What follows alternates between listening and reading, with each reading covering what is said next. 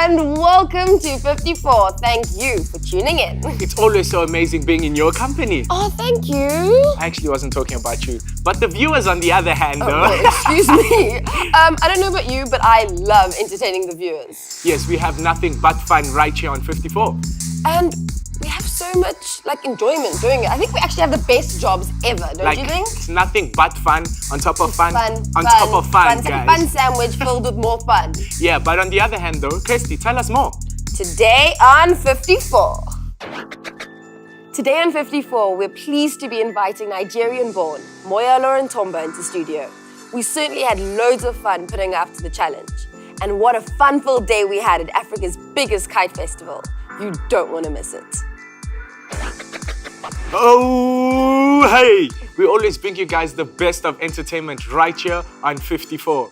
And today's show seems to be better than all of them. Absolutely, Marv. Today we are actually just about letting go, having fun, and flying high. And talking about flying high, it seems like you had a blast at the Kite Festival. Did you actually fly one? About that. That's not a good answer then. But until then... Yeah, let's leave that for now. Let's go check some stuff out on the other side. At the tender age of 25, this young Nigerian lady has already been titled an entrepreneur, presenter, digital influencer, model, and content creator. How she managed to do that all? Well, we're about to find out. So would you teach us on how we can say your name properly? Okay. So from Nigeria, so the way we say it is Moyin Oloruntoba. Okay, Moyin Oluwa. So pretend the N doesn't exist. Yes. So you're gonna go Moyin Oloruntoba. Sounds like a song. It actually Moyin sounds like a poem. Oluwa It's so beautiful. Oloruntoba. Yes, friend. Done. Do I get a high five?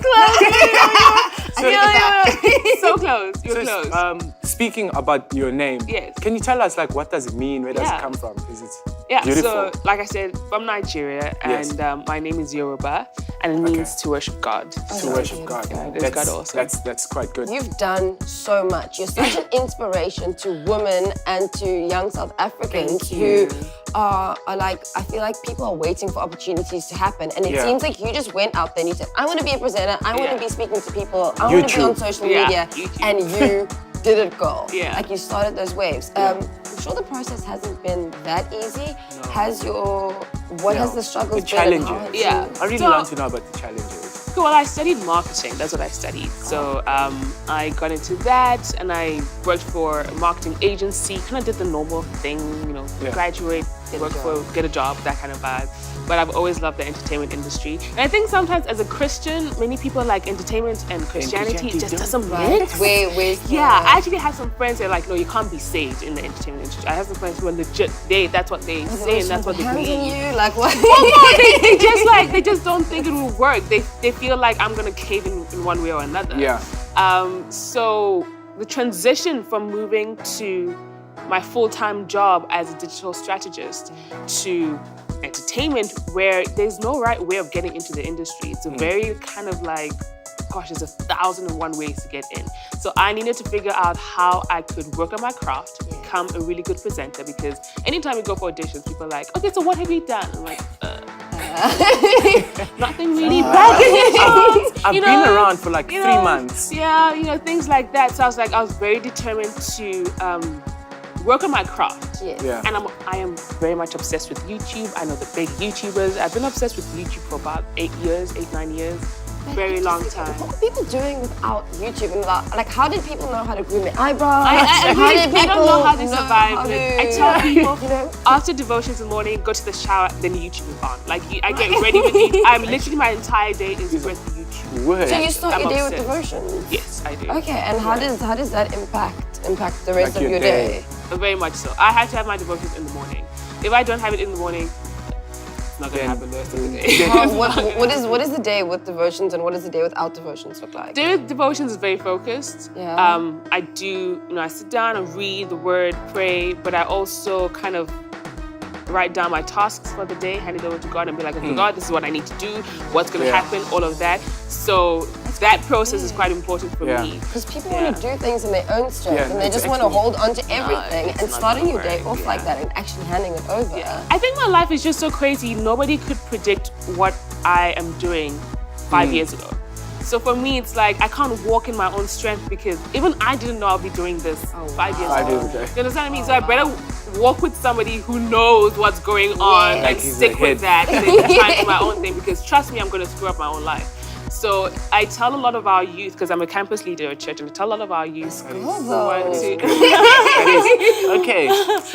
tell a lot of our youth that as long as you stay with God, it will all work out. You might not know how, especially in this industry where, I mean, I go to a lot of events and there's alcohol flowing right, left, and center. There's people saying the most offensive words right, left, and center. It really takes an effect on you if you're not grounded in the word, not grounded in Christ. So for me, that is incredibly important. How do you keep yourself like grounded? I'd probably say knowing who you are in Christ is really important. Because wherever you are, you might not necessarily have the Bible with you all the time. You know what I mean? So you need to know that. Plus, I tell a lot of people, little things like going to the gym, having some kind of discipline. Having discipline in your life. Discipline in one way or another. For me, it's gym, it's clearing my head, it's getting up in the morning when I really don't want to go. You know, it's those kind of things that really help build your character, build your strength to withstand whatever comes. Coming into media and like learning the craft of presenting and all those things, did you go for any auditions? I did go for auditions. I did. What advice do you give? What advice do you Pass give? your knowledge. I think, to be honest, to be really honest, the industry is craving new talent. People are craving new talent, so the industry is having to listen. I don't know if you guys know hashtag open up the industry, things like that, where on Twitter people are like, we're tired of seeing the same people.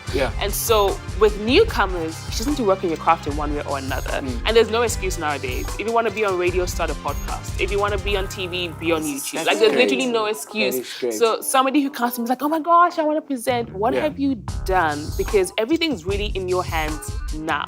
I'm getting opportunities for mainstream traditional media because of the YouTube. Groundwork. Exactly. That is so great. And have you dealt with any rejection, like getting to where you are now? Yeah, definitely. I mean, what I do is centered around celebrity and entertainment.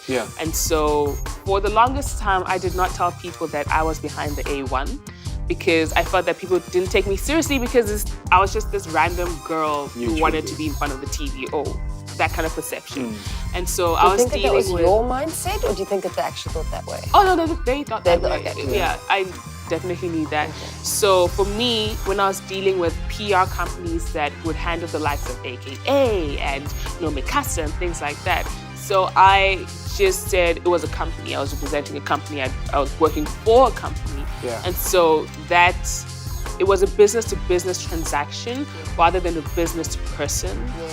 So from that way, I was able to, at least for the first 6 months, kind of get my footing right before people were judging me per se.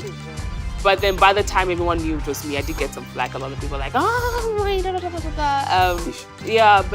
kind of move on. How did you overcome that? Because I know every time someone falls, like the stories of how he stands up, you know, how did you overcome that? Like, I don't think I really had that like insane that many challenges in terms of people. In terms of production and putting the YouTube channel together, that was more challenging. I heard you like put quite a lot of your own money into getting that started. Everything. Not a lot. Not quite a lot. Everything. Were you calling friends different nights and be like, I'm coming to your place for dinner tonight. I'm coming to your place. I'm having my 7th housewarming. Bring what? The thing is that this is how I know what I'm doing is God ordained. Because every time I seriously need something, it's there. Like it's just there, and that's why I'm also like I can't move away from God because that's where it's coming from. So if I ignore that and then I need money for this, then oh well. You know what I really need to praise you on, and I find it in your overall, is that you're not really screaming God out to people, but your lifestyle is representing. And I think that's a true mark of just someone who's living properly and living the godly way, that they don't need to hit someone with a Bible or be shouting out Malachi verses 3:12. or Because I don't think that's an effective way, essentially. I think, when you're trying to talk about God or talk about Christ or whatever, it's the relationship. Yeah. And so my friends who, like I said, who are in the entertainment industry, who don't necessarily believe that you can have God in this, they see what I do and they see how I do what I do and the fact that God is opening ridiculous doors. I mean, it's amazing. And so that is the testimony that later on I can then go and be like, hey, do you want to come to church with me? And that's how it starts. And they have. It's really awesome. And now, like, you're going to lead a whole squad. I told you guys. That's what I'm really hoping. I'm really hoping. Yeah, because I have a lot of friends in the entertainment industry. It'd be so dope if we all are just amazing Christians as well. I think imagine just a church full full of of singers everyone and crazy. dancers. And the amazing thing is our church is so supportive of that. Yeah. And so, I mean, our church right now, it's really young. We have more of a campus church than it is. I mean, it's not a campus church, but we have more campus people attending. And so we have a lot of we have a ENCA reporter, we have fashion designers, we have a lot of people, and they really push for us to be Christians in different fields. Yeah. That's really important. A lot of people feel like a Christian, so you have to be a pastor. Yes. But I also feel like that's what people need. They didn't know People this. need to know other side. You can Exactly. be in the entertainment business and look fly and be this amazing fashionista. How did you keep on the right path and actually really stay there and stay true to yourself? Well, I noticed that when I was trying to fit in, I made no difference. In the sense that I was just somebody who fit in, nobody really paid attention, nobody really listened. So I fit in with everybody else, so I was just bland. Does that make sense? Yeah. Nothing stood out. Totally. The second I was just actually this is quite tiring. So to try and be something that you're not is very tiring. So the second I was I'm just gonna do me and be the weird, quirky Moy that I am. And boom. And everything kind of kicked off from this. So it was a lesson that I learned, and now I have a lot of people please stay the way you are. and I love that because it was a journey when you come into the industry, and I see it with a lot of young people coming into the industry. They feel like they have to be this. And the second you think that and you become that, that's the death, to be honest. Yeah. I mean, there's a saying that goes, why fit in when you were born to stand out? I mean, God made everyone individual. You were born an individual. Why do you want to? Yeah. Very true. Be a No, but hipster. what you said is very powerful. Once you started being yourself, then people started realizing, because that's who you were made to be. What's your love for Africa? Where did it come from? I think it came from the fact that I did not want to be Nigerian when I first moved to Lesotho. I got teased for it all the time. So growing up and then seeing how amazing Nigerians are and how proud we are of our own country and how hardworking we are. We are incredibly hardworking. Sometimes we use our, things for bad, but we also do it for good. Yeah. So I think once I realized that, then the love for Africa started because now I was here loving my country, which is quite a bit of a distance away. And so that's how it started, kind of trying to know more about my own country, being in another country, and then learning about other countries as well. So that's how it started. The little birdie told me that you won the Rising Star Award for Fair Lady. Yeah, Well I did. done. How was that? Fair lady. It was weird. That's a first. What happened was that was the platform that told people that I was behind the A1. So before that, I didn't tell anyone. So the competition came about and I was like, maybe I should enter, maybe not. But I had to enter because my age, it had to be this year to be part of the Rising Star category. So I was like, let me just enter. It's not like I'm gonna win. So I entered, and then they called me, they're like, top 3. I was like, well, that's nice. And I had my first feature in the magazine, Fair Lady magazine, and things like that. Yeah. And then we flew to Joburg where the event was. And I was meeting all these incredible women. And I was just like, I'm a foodie. So I was very happy with my food and just sitting down. I'm like, this person's probably gonna win. This person's probably gonna win. So when they announced my name, it was like, did you used to what? Sorry? It was the weirdest thing. It was just so weird. That's why I keep saying weird, because it was just out of nowhere. I didn't think, there were companies that had stuff. I don't even have stuff yet.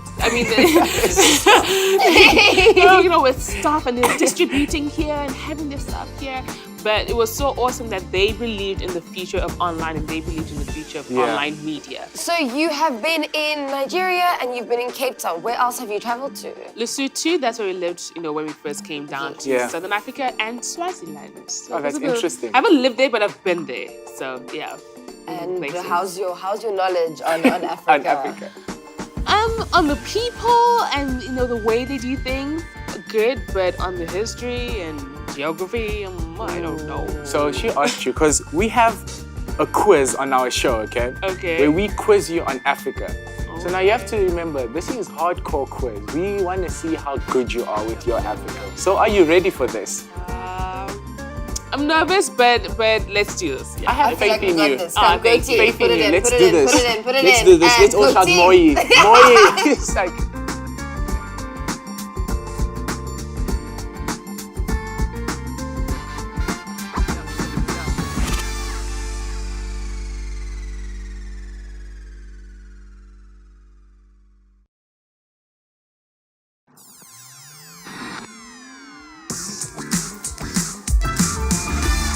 We all know Africa is the second largest continent in the world, made up of 54 countries. So choose a piece representing a couple of countries and fit it into the Africa puzzle.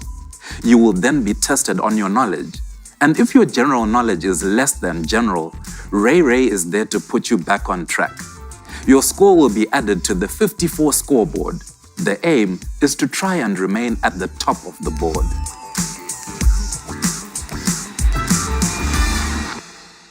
Okay, so Moyi, now this is where it matters. Okay. We're about to put you on the spot right here. All right. So the trick is to answer these questions in 60 good seconds. Oh my goodness. Okay, Yes. okay. So before I let you pick, I'm first going to tell you that if you're struggling with anything, Mr. Ray over here Mr. Ray will be the one to help us out. Okay, so let's cool. make this quick. Just choose one over here. Let's go for orange. Orange. Okay. You ready? Yes. Mr. Ray, can you start the clock for us? 3, 2, 1, go. Okay. What is the South African national flower? A proteas. Okay. What is South Africa often called? It's many races, the clue. Oh, the Rainbow Nation. Correct. Okay. What did South Africa host in 2010? The World Cup. Oh, sweet. How many official languages are spoken 11. in South Africa? Correct. The rules the British made that separated the white from the black were called? What? The apartheid? What? Yeah, the rules that the Correct. British made. What Okay, was it the called? apartheid. Correct. Which is the capital of 30 Lesotho? seconds. Maseru. Correct. Which country surrounds Lesotho on all sides? South Namibia, Africa. Zimbabwe, South Africa, correct. South Africa. What is the currency used by Swaziland? Oh, crap, I don't know, pass. Rabeni, Who founded Swaziland? Dingane, King Sobaze, or Shaka Zulu. King Sabazi. Correct. What does blue on Swaziland's flag 10 symbolize? seconds. Come on, let's do this. Sky, sea, peace, and stability. Sky. 3, 2, Nah. Oh. Nah. You guys How many are did I get? But How many did Ray. I get? 3, Ray. 5, 6, 7, 8. done. Yes. It's like you have to let's. So it's come on, you actually deserve. Okay. You actually deserve now to be put right here. Oh my goodness, how awesome is that? Right here at 8. Come on, guys. Yeah. So now, so let's just give it. Let's just do the dab. Let's I feel just like we just keep dabbing.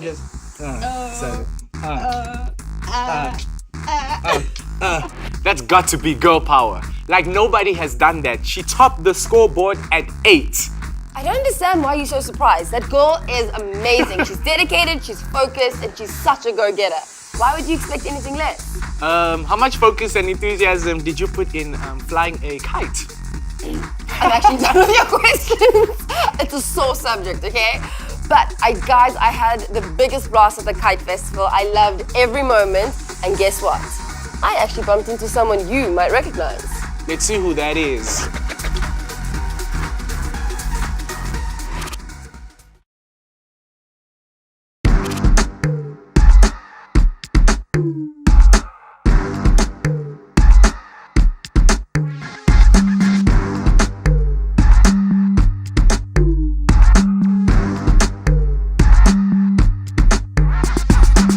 Did you know that kites started off being made by the ancient Chinese as a way of sending messages from one military base to the other?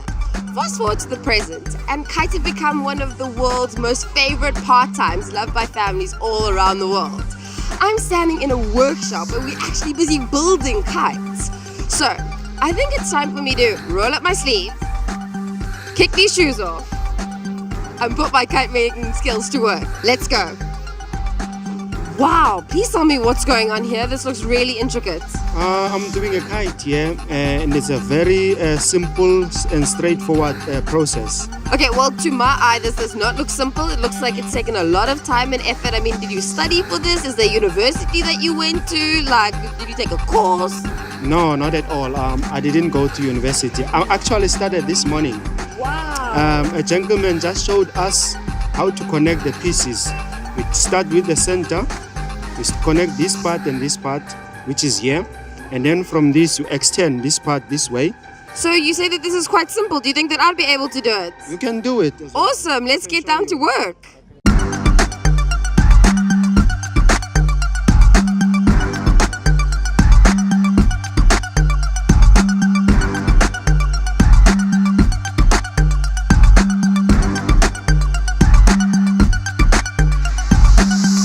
Standing here with Ian Islip, who has surprised the International Kite Festival with its amazing creation behind me. I think it's attacking us. How big or long is this octopus? 21 meters. 21 meters. Yeah. It's actually a squid, not an octopus. So what's the difference between a squid and an octopus? Squid, it's got 10 legs, tentacles, and the octopus got 8. Oh, wow. Am I seeing correctly, or is this squid eating a diver? Correct, yeah, it's eating a diver, half a diver. Oh my goodness. Okay, so I hear that you surprise the Kite Festival every year with a different creation? I try and hide it every year, and then I bring it out. I haven't known until I put it up today here. And I took a month to build this out of my head, yeah. Head. So you scale it up in my head, and then I draw it on a plan, and then I cut it and I sew it myself. So you build everything that you make? Today I'll build. Wow. I don't buy anything, I can't really show you that. That is absolutely awesome. Thank you so much for sharing about your amazing kite. I mean, I feel like it's attacking us as well. It's going crazy. So let's get out of here before we also get swallowed by this octopus squid. So talk about having fun and flying kites. Please tell me about this amazing kite behind me. One of my favorite characters of all times, Patrick from SpongeBob. Yeah, wasn't me, is it? Yes, wasn't me. Yeah, it's just look, the face is very cute with the smile every time. Yeah, there is what I mean. Yeah, that's what I'm feeling as me is the same like a Patrick. So guys, as you've heard it, you can do anything that you want to as long as you follow your passion and do your dreams and just be happy like Patrick.